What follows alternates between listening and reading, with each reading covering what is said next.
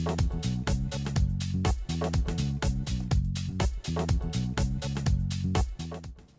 everyone, welcome back to Story Behind the Story. I'm your host, Courtney Rowe, and with me I have Calvin, who talked about Maryville High School's basketball team and their recent game against Cameron. But before we kind of jump into it, how has their season been so far? Well, first off, Maryville kind of started slow.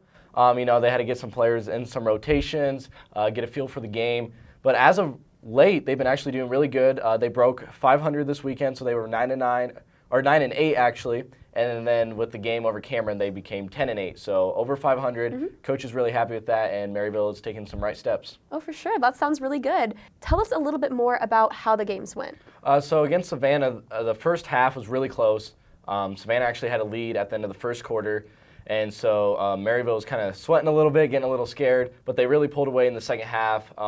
Really, Tate Oglesby took over. And then the game against Cameron, they kind of just blew them away. They actually started off on a 10-0 run. Cameron caught back up, but after that, Maryville just swept them, won by 20 plus. So the game versus Cameron was not as exciting as versus Savannah, but they were still two good games. And like you said, Tate he was shining that day. So tell us who he is. You had to talk to him, and tell us what he had to say. Tate's a senior at Maryville High School, obviously. Not only a football star, but a basketball star. Actually just scored his 1,000th point last week on a free throw. It was really cool. Whole crowd showed up, had signs, shirts. His family was really happy, but really he's just a humble kid, gives a lot of credit to his teammates. I've never heard him, just have a super big ego or always talk about himself. It's always the teammates or the coach or the flow of the game. So really great kid, was excited about his 1,000th point, and then, like I said, just took over this week.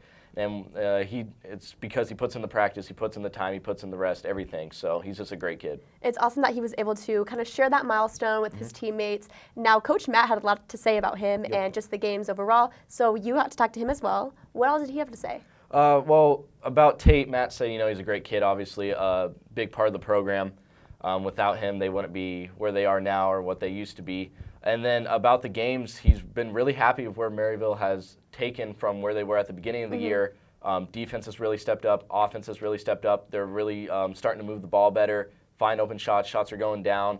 So he's just really happy with the process. There's still a lot to work on, but he's really happy with where they are right now.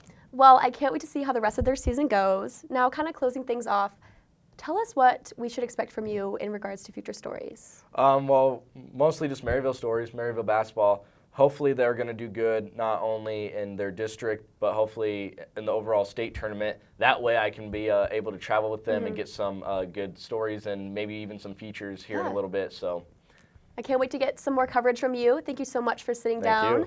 Thank you. Thank you guys so much for watching, and I will see you guys later.